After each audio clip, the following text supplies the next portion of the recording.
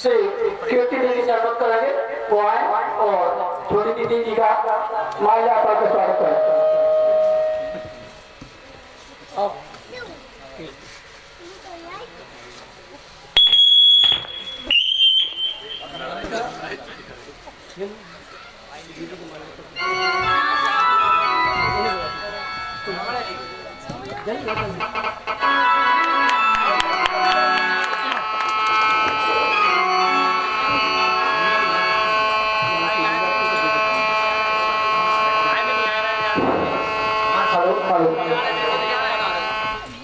भाई साहब आरती कर दो।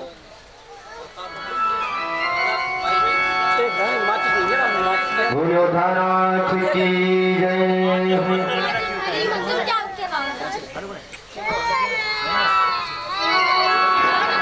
आरती के लिए सबरे खड़े हो जाए, अपने पैरों में कष्ट दे।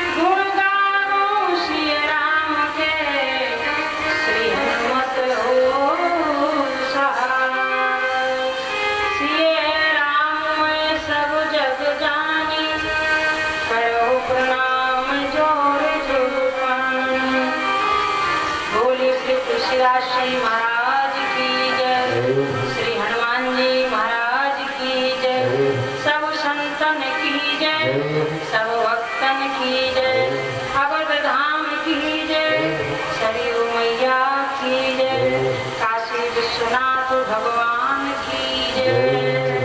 जय जय सीताराम। ओम नमः पार्वती पतये हर हर महादेव।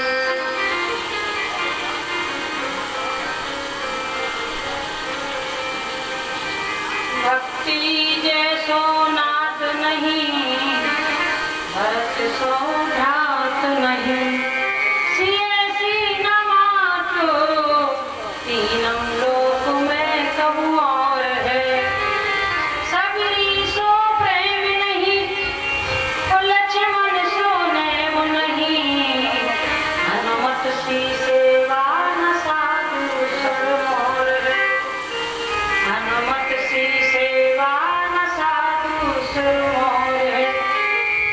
भारत सो देश नहीं, और वेद सो संदेश नहीं, राम सो राजेश नहीं, सुग्रीव सी न दोरे, गंगा सो पानी, महादेव सो न दानी, संत तुलसी शिवानी न वाणी कहूँ और, संत तुलसी शिवानी न वाणी कहूँ और। बोलिए सच्चिदानंद भगवान की जय। राम भजन बिनु मिटै की कामा, राम भजन बिनु मिटै की कामा, राम भजन मिटै की कामा,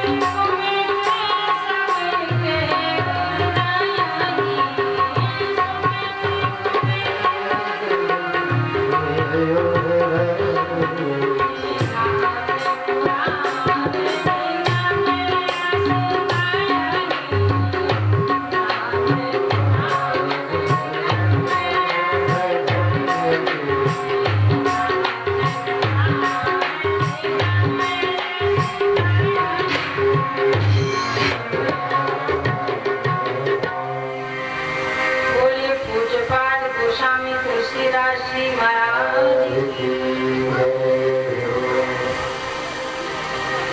इस कार्यक्रम के स्वच्छ संरक्षक जगत नियंत्रण जगदाधार श्रीमद कौशल्यानंदन प्रवीण कुमार श्री सीताराम जी के चरण कमलों को वंदन करते हुए, रामकथा के अनन्य रसिया अनन्य चरण अनुराग से हमारे हनुमान जी महाराज के चरण कमलों को वंदन करते हुए, परम सम्मान में जो सारे देश विदेशों में जिनकी ख्याति प्राप्त है, परम सम्मानित पूज्य जैसे हमारे स्वामी अनंतानंद द्वाराचार्य द्वारा भूषित पद से, ऐसे हमारे स्वामी डॉक्टर रामपंत महाराज जी जो हमारे गुरुदेव हैं और आजकल वो अमेरिका में हैं, उन्हीं के आशीर्वाद से ये आयोजन होता है, आप सबकी सहमति से होता है।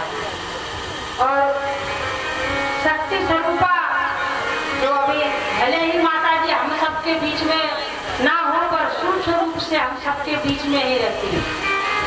और जो हमारे पूर्वज हैं, हमको ऐसा नहीं सोचना चाहिए कि वो चले गए, चले नहीं गए, वो आ गए, हमारे साथ उनका आशीर्वाद रहता है। तो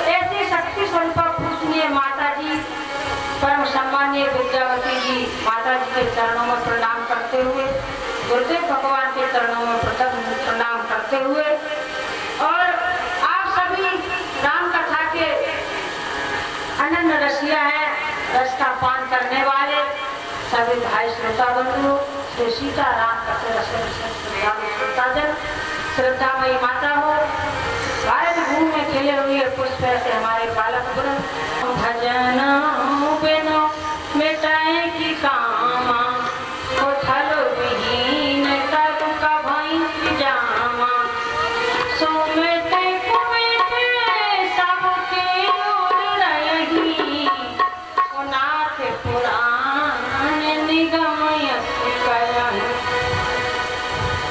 अब हम आप विचार करें, जैसे कल यहाँ भगवान शंकर और माता पार्वती के विवाह की झांकी दिखाई गई थी। तो भगवान शंकर हिमाचल नगरी में थे, उनका विवाह हुआ, विवाह होकर के संपन्न कैलाश पर्वत पर आए। अच्छा, इतनी सब लीला रची गई, क्यों रची गई? सती को भ्रम कराया गया, इतने सब कुछ हुआ, त्याग हुआ। इन सब का कारण एक ही था।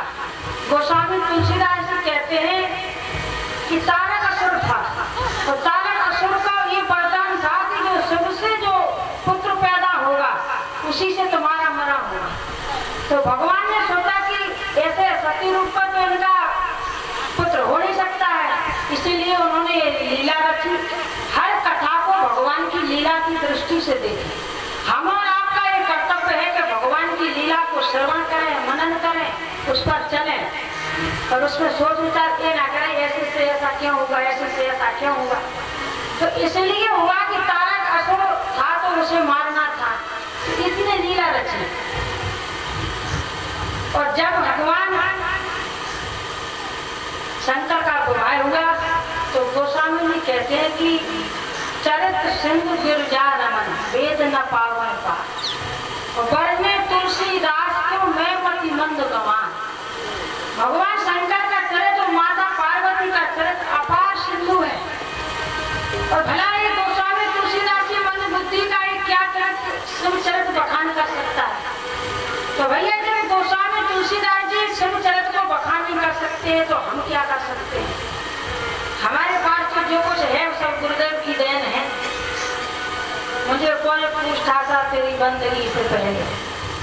हम और आप अगर गुरुदेव के सानिध्य में पहुंच जाए, किसी संत का सानिध्य मिल जाए, ये नहीं कि कौन से गुरु के पास जाएं, वेदांती महाराज के पास जाएं, गिरिराजेश्वरानंद के पास जाएं, कि और तमाम मठाधीश से एक महंत हो गए, जिनका मन अपनी श्रद्धा से हो जाए उन गुरु के पास पहुंच जाओ। अच्छा, गुरुदेव साधारण नहीं बनते, बिनु हरि कृपा मिले नहीं संत। भगवान की कृपा जब होती है जीव के ऊपर, जब भी कोई अच्छा सदगुरु सानिध्य में मिलता है। अच्छा, पास में रहे तो हम गुरुदेव को समझ पाए ना समझ पाए हमारी बुद्धि है, पर बिनु हरि कृपा मिले नहीं संत। भगवान की कृपा हो जब भी हमें संत और गुरुदेव का सानिध्य मिल सकता है। तो तारक असुर का जब जन्म हुआ तो मर नहीं रहा था, तो इस लीला को भगवान ने किया। तो गोस्वामी जी कहते हैं कि हम शिव और पार्वती को माता पिता मानते हैं। अच्छा, माता पिता का अब विवाह के बाद आगे क्या वर्णन किया जाए, वो तो संसार के जगत माता पिता है। तो उन्होंने संक्षेप में इतना ही किया कि तब जन्म सक वचन तुम्हारा, तो तारक असुर समर जहिमान। बस इतना ही कहते हैं। बोले आगे हम भगवान श्री राम का चरित्र सुनना चाहते हैं। तो यहाँ पे इनकी बात बंद हुई, और यहाँ से बात पर चलने के बाद भगवान शंकर माता पार्वती अपने महल में वन में बैठी है। अब आप लोग कहेंगे कैलाश पर्वत पर भवन कहाँ से आए? तो हम और आपको ये देखने के लिए होते हैं कि मन की शांति के लिए होते हैं कि मकान है, घर है। और अगर एक पर्वत पे बैठ के मन की भावना बना ले कि यही मकान है तो यही मकान है। तो माता पार्वती अपने महल में बैठी, भगवान शंकर एक वट वृक्ष के नीचे बैठे। अब पार्वती माता ने सोचा कि समय अच्छा है और अपने पति देव से कोई बात की जाए।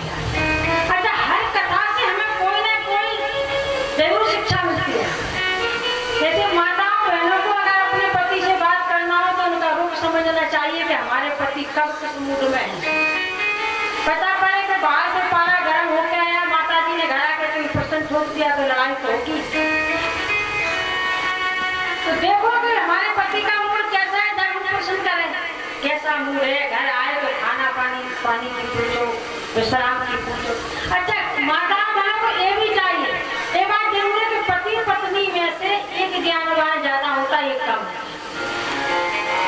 अब ये नहीं कह सकते कि माता ज्यादा ज्ञानवान है कि पुरुष ज्यादा, तो कभी पुरुष भी ज्ञानवान होते, कभी माता जी भी ज्ञानवान होते। अच्छा, तो संसार की बातों को बैठ करके करने, कभी ये भी तो सोचना चाहिए कि हम अपने पति के साथ भगवान की चर्चा करें, भगवान की कथा करें। माता पार्वती और भगवान शंकर जब भी बैठते तो संसार की बात नहीं करते। कहियो कथा इतिहास पुराण, जब भी आप किसी भी पुराण को उठा के देखिए तो जब भी माता पार्वती को शंकर भगवान की बातचीत होगी तो कथा के बारे में ही होगी। यानी संसार की बात भगवान शंकर कभी करते कि नहीं करते, माता पार्वती कभी कुछ कर ही लेती पर भगवान शंकर नहीं करते। तो हम कथा की बहुत कम पूछते, जितनी बातें पूछते उतनी संसार की पूछते। तो माता पार्वती ने जाना तो कभी कभी ऐसा सोचो कि हम कथा के माध्यम से करें। सच्ची पत्नी वो है जो पति को पतन के मार्ग से हटाए, वो कहलाती है पतिव्रता। और जिसके पति को अगर पत्नी ने अपने पति को पतन के मार्ग से नहीं हटा पाया तो पतिव्रता कहलाने की अधिकारी नहीं है।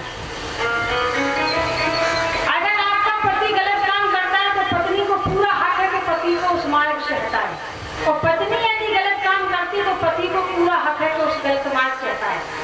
जब भी कहते हैं कि जब ऐसे पति पत्नी का संबंध होगा, जब भी तो हमारे कार्तिक जी पैदा हुए, भगवान श्री राम पैदा हुए। पहले हम तो सुधरे, इसके बाद सब कुछ। तो माता पार्वती ने सोचा कि माहौल अच्छा है, भगवान शंकर प्रसन्न है, बड़े वृक्ष के नीचे बैठे हैं, चलो इनके पास जाएं। पार्वती भल अब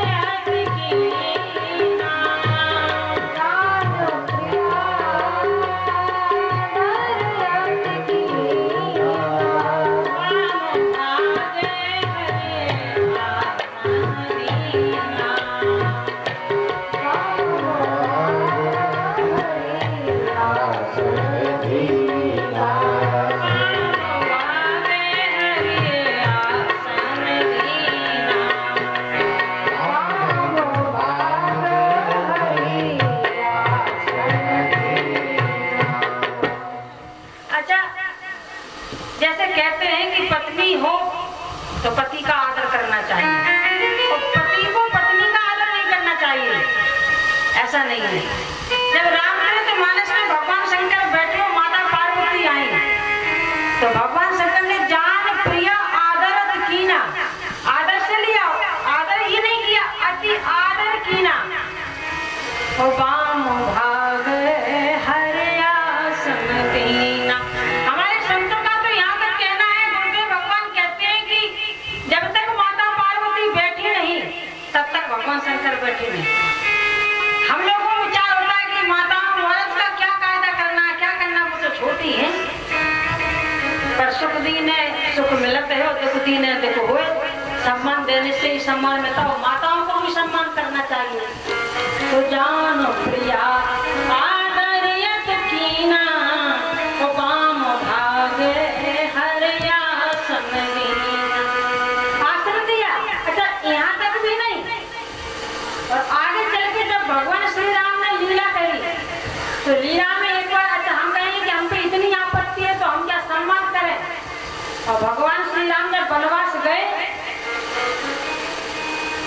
और जब वो भटकशिला के ऊपर माता सीता जी के पास बैठे थे तो उनके मन में हुआ कि हम वैदेही का श्रृंगार करें, तो वहां पर भी माता सीता की भी सम्मान किया। एक बार प्रभु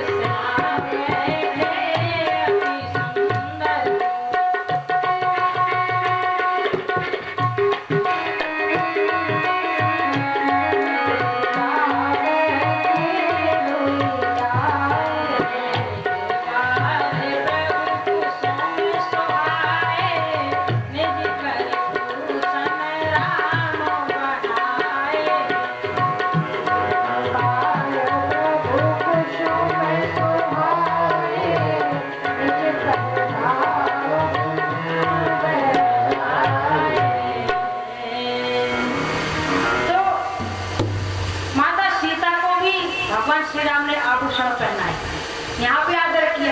अच्छा, हम और आप लोग कहते हैं कि माताओं का इतना क्यों आदर है कि जैसे माताएं अगर बस में जाएं तो भाई लोगों से कहेंगे सीट छोड़ दो भैया, माताएं। अच्छा, सब चीज में बराबर अधिकार है। कई लोग के स्वार्थ बड़े भ्रष्ट होते हैं। जैसे माताएं अगर बस में खड़ी हैं तो किसी भाई ने अगर नौजवान से कह दिया कि उठो माता जी खड़ी, तो नौजवान, हमने कई बार सुना, तो नौजवान कहेगा अरे हर चीज में बराबरी की अधिकारी है तो खड़ी नहीं बराबर से, हम क्यों इन्हें सीट दें? बराबर की अधिकारी तो है। लेकिन जो हमारे बूढ़े बुजुर्ग होंगे तो वो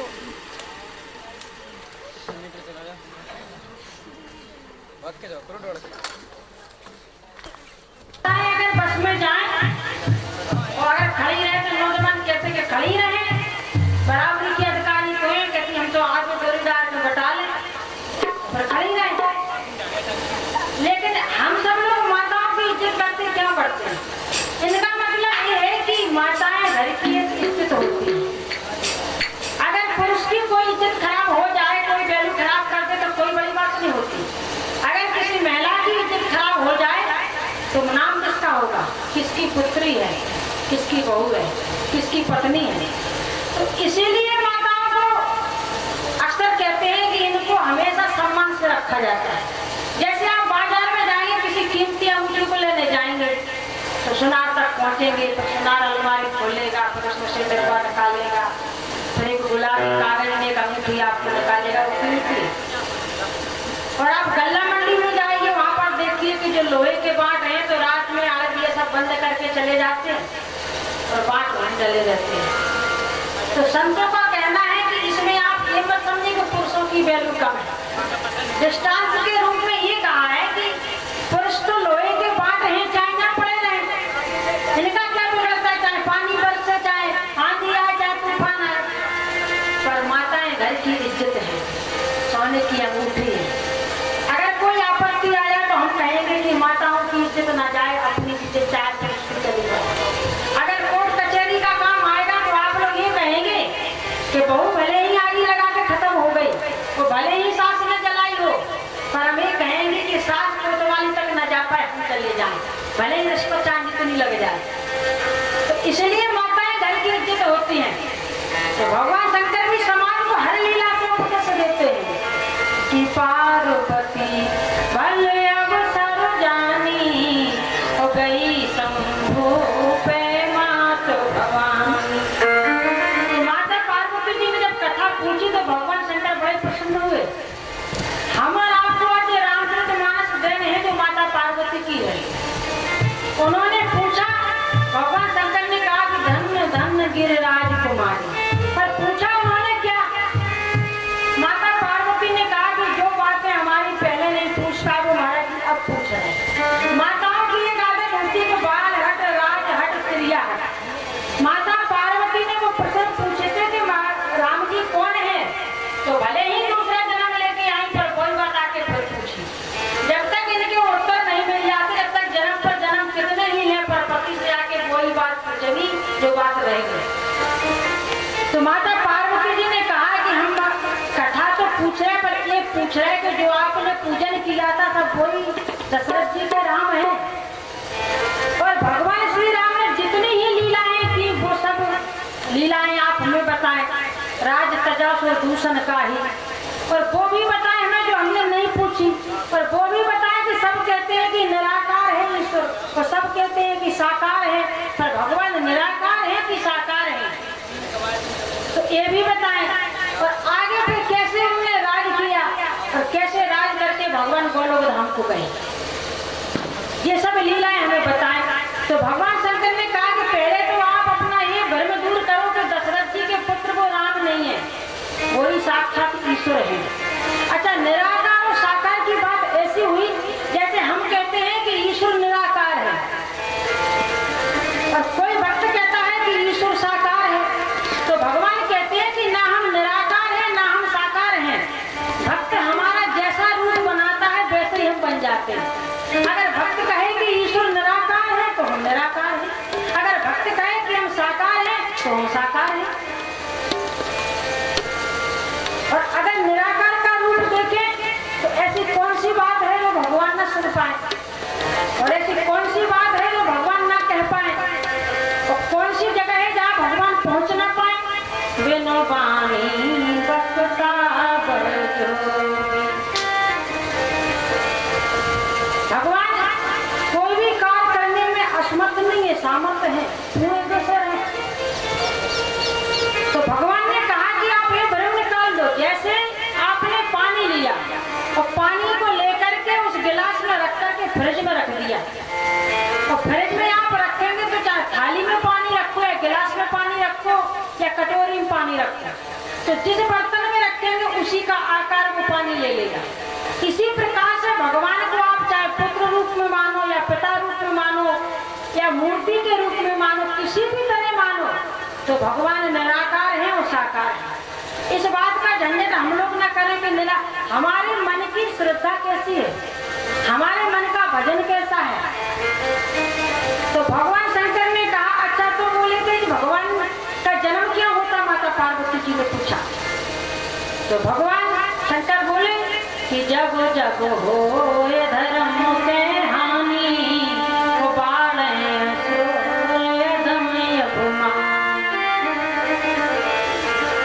हमारे परिषद जी का कहना है कि कल विवाह हुआ था, आज राम जन्म होगा, तो 6 बजे तक 6:10 तक सब निपट जाएगा। आप लोग जरा जल्दबाजी न करें, विवाह राम जन्म होगा और जन्म की झांकी भी सजाई जाएगी, तो उसी माध्यम से कथा को जन्म तक ले जा रहे हैं। और ज्यादा जल्दबाजी आप लोगों ने सोचे कि चले 7 बजे तक कथा चलेगी तो 7 बजे तक बैठना, आज का कथा का अंतिम दिन है, घर के काम तो लगे ही रहते, एक दिन थोड़ा लेट हो जाएगा तो क्या, तो गाँव में तो है कहीं बाहर जाना है। तो जब जब होए धर्म के हानि तो अच्छा, धर्म की हानि होती है जब भगवान अवतार लेते हैं। तो किसी भक्त ने कहा कि यदि धर्म की हानि हो रही तो भगवान तो जो हानि हो रही उसे बिना देखे ही मिटा सकते हैं, तो अवतार लेने की क्या आवश्यकता है। किसी ने कहा कि ज्यादा राक्षस बढ़ गए तो इसलिए भगवान अब तो राक्षस भी बढ़ गए तो भगवान को मारने में कितना समय लगता है। तो गोस्वामी जी कहते हैं कोई कारण नहीं है भगवान की अवतार लेने का, ना धर्म की हानि ना कुछ। तो बोले सो केवल भक्तन हित लाभ, भगवान दुष्टों के लिए अवतार नहीं लेते, भगवान निशाचरों के लिए अवतार नहीं लेते, भगवान तो अपने भक्तों के लिए अवतार लेते, क्योंकि भगवान तो भक्त के बस में है। तो सो केवल भक्तन हित लाभ, भक्तों के हित के लिए भगवान अवतार लेते हैं। अगर उन्हें रावण कुंभकर्ण को मारना था तो जरूरी थे कि वो अवतार लेते, वैसे ही मार देते। भ्रुकुटी विलास सृष्टि जय होई, भ्रुकुटी केवल टेढ़ी मात्र से सृष्टि का सृजन भी कर सकते हैं और विसर्जन भी कर सकते हैं, केवल एक भ्रुकुटी मात्र से। तो रावण कहाँ लगते हो? कहते संत ने कहा कि ये कोई कारण नहीं है, तो कारण तो सिर्फ एक ही है कि सो केवल भक्तन हित लाभ, भगवान भक्त के लिए अवतार लेते हैं। तो माता पार्वती ने कहा कि जब अवतार कितने प्रकार के अवतार हुए, तो शंकर भगवान ने यहाँ पर 2-4 अवतार बताए।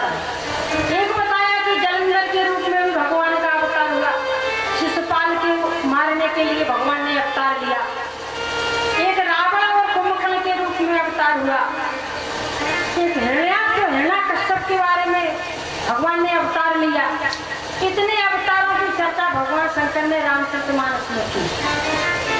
अब वो आगे बढ़ते हैं तो कहने लगे कि और अवतार, बोले एक अवतार और हुआ।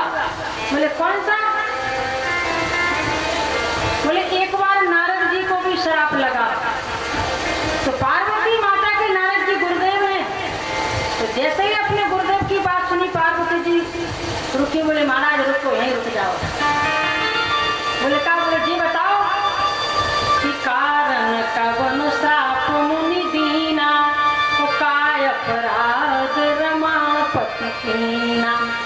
हमारे बहुत अच्छा यहाँ पर चौपाई की बड़ी महानता है कि हम और आप गुरुदेव के बारे में कभी ये मत सोचे कि हमारे गुरुदेव कैसे हैं, पर हम ये सोचे कि हम कैसे हैं। तो पार्वती जी ने यहाँ पर ये उत्तर दिया कि हमारे गुरुदेव तो कभी अपराध कर नहीं सकते, पर काय अपराध रमापति कीना।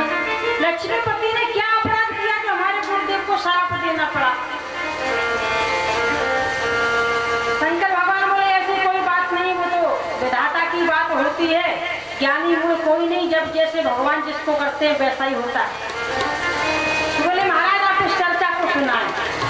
अच्छा, नारद जी के जिस प्रकार से वो चरित्र का वर्णन करने लगे, तो हम और आप विचार करते कि नारद को ये भ्रम क्यों होगा। और नारद जी जब तपस्या के लिए जाने लगे, बैठने लगे, उनका एक बार मन हुआ कि हम तपस्या करें। हम और आप जिस जगह पे रहते हैं उस जगह का बड़ा प्रभाव होता है। अगर हमारे घर में स्वच्छ वातावरण है, घर में माहौल अच्छा है, घर में सब धर्म है, रोज पूजा पाठ होता, सब कुछ होता, तो वहाँ पर भजन करने की हमारी इच्छा होती है। और जिस घर में अगर जुआ शराब होगा, जिस घर में लड़ाई झगड़े होंगे, जिस घर में प्रतिदिन कुमति के अलावा कुछ है ही नहीं, तो वहाँ भजन करने का मन नहीं। हम कहते हैं धंधा और बिजनेस करो, खूब करो, पर गोस्वामी जी तो यहाँ तक गारंटी लेते हैं कि जहाँ सुमित तहाँ संपत्ति नाना। जहाँ सुनती है वहाँ संपत्ति नाना प्रकार से ढकेलती है, और जहाँ कुमिति तहाँ विपत्ति निदान। कुमिति होगी तो विपत्ति, भाई कुमिति रहेगी तो मूड अच्छा नहीं रहेगा, मूड अच्छा नहीं रहेगा तो काम नहीं करेंगे। तो नारद जी के मन में एक बार हुआ कि हम तपस्या करें, पर तपस्या करें तो करें कैसे? उनको तो श्राप लगा कि एक घड़ी से ज्यादा कहीं नहीं ठहर सकते। अच्छा, एक घड़ी से ज्यादा नहीं ठहर सकते तो अब तपस्या कैसे करें? नारद जी गए तो चलते चलते चलते चलते मार्ग में उन्हें गंगा का स्पर्श हुआ, गंगा नदी में। जैसे गंगा मैया के पास पहुंचे और पहुंच करके जब उन्हें मन में इच्छा हुई कि हम तपस्या करें। अच्छा, गंगा के पास जाने से नारद जी के मन में क्या हुआ?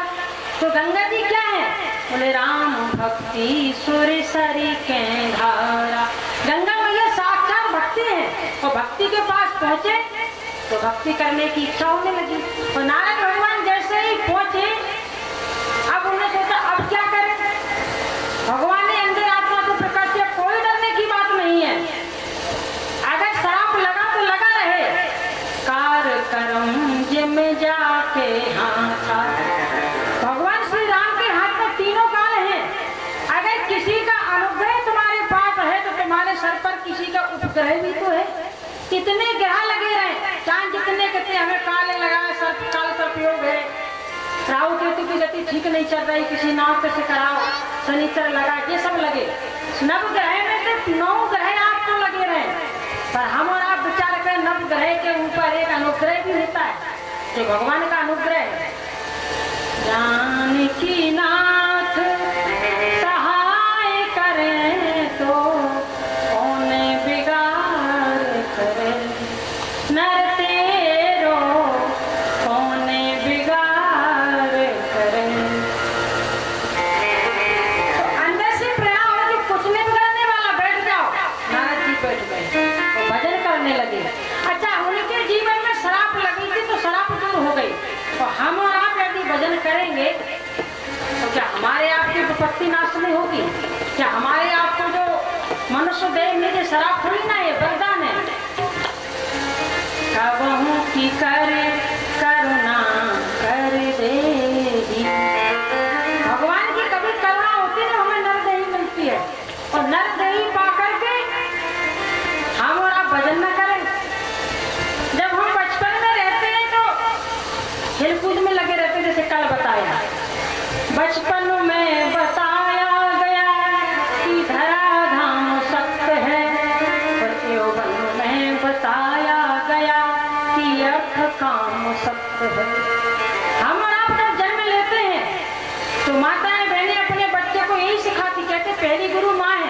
यदि माँ ने अपने बच्चे के संस्कार बना लिए तो कोई बिगाड़ने वाला नहीं है। 10 साल तक माँ के पास रहता है बच्चा, तो अगर माँ ने संस्कार बना लिए तो पिता तक तो 13-14 साल के बाद कहने की हिम्मत करता है बच्चा। अगर बन गए तो माताएं क्या कहती बचपन में बच्चों से, ये नहीं कहती कि माला करो, ये नहीं कहती अभी छोटा है माला करने की जरूरत क्या। अरे भाई, छोटे से जो गुण पनप जाएंगे वो हमेशा रहेंगे, और छोटे से जो गुण नहीं पनके हम कभी बदल नहीं कर सकते। तो माताएं क्या कहती है कि बचपन में बताया गया कि धरा धाम सख्त है। और जवान जैसे बच्चा हुआ तो क्या कहने लगी, यौवन में बताया गया कि अर्थ काम सख्त है। अर्थ काम क्या? अरे बेटा, पैसा कमाओ और हमको ले आओ, तुम खाओ, हमारे पास नहीं, तुम जवान हो गए, अपना पेट अपने पालो। अच्छा, क्या माँ बाप का इतना ही फर्ज है कि बच्चे को 15 साल का कर दिया वो कमाए, तो फिर पैदा ही क्यों किया? यौवन में बताया गया कि अर्थ काम सख्त है। और भजन की कब कही? हमारे माता पिता भजन की कब कहते हैं? बचपन में बताया गया कि धरा धाम सत्य है, और यौवन में बताया गया कि अर्थ काम सत्य है। पिंजरे का पंछी जब पिंजरे से उड़ चला तो अंत समय बताया गया कि राम नाम सत्य है। तो अंत समय बताया गया कि राम नाम सत्य है। अच्छा भैया, जब हम और आप विमान पे लगे जा रहे कि राम नाम सत्य, फिर क्या होता है? जब अंत समय जब पंछी उड़ ही गया, चला ही गया, तो फिर क्या फायदा बताने से? फिर कहते रहो राम नाम सत्य है, राम नाम सत्य है। किसी दिन उसका सत्य हो रहा और हमारा भी सत्य हो जाएगा। अच्छा, जो मुर्दे को लेकर जाते हैं तो ले जाने वाले ये मत समझे कि हम मुर्दे नहीं हैं। गोस्वामी जी कहते हैं जो ले जा रहे हैं वो भविष्य के मुर्दे हैं। कबीरदास जी कहते हैं संसार मुर्दों का बाजार है, कोई वर्तमान का मुर्दा है, कोई भविष्य का मुर्दा है। अच्छा, जो लेके जा रहे हैं तो वो भविष्य के मुर्दे हैं कि नहीं? जीवन में कभी ना कभी तो मरेंगे ही, और भले ही सोच लो आप। और जब हम सोचते कि हमारे मित्र हैं, सब हैं जो हमें सहायता करेंगे, पर कोई नहीं करता। और जैसे ही सांस निकली, पिंजरे का पंछी निकला और बस चलो चलो, मिनट भर देर नहीं लगती, कोई रिश्तेदार आ पाए ना आ पाए, चलो। तेरी जहाँ बन ऊंचे बाज रही, जब मृत्यु हुई तो जाने का डंका बजने लगा, चलो अब कोई नहीं है। तो गोस्वामी जी कहते हैं, दिल प्राण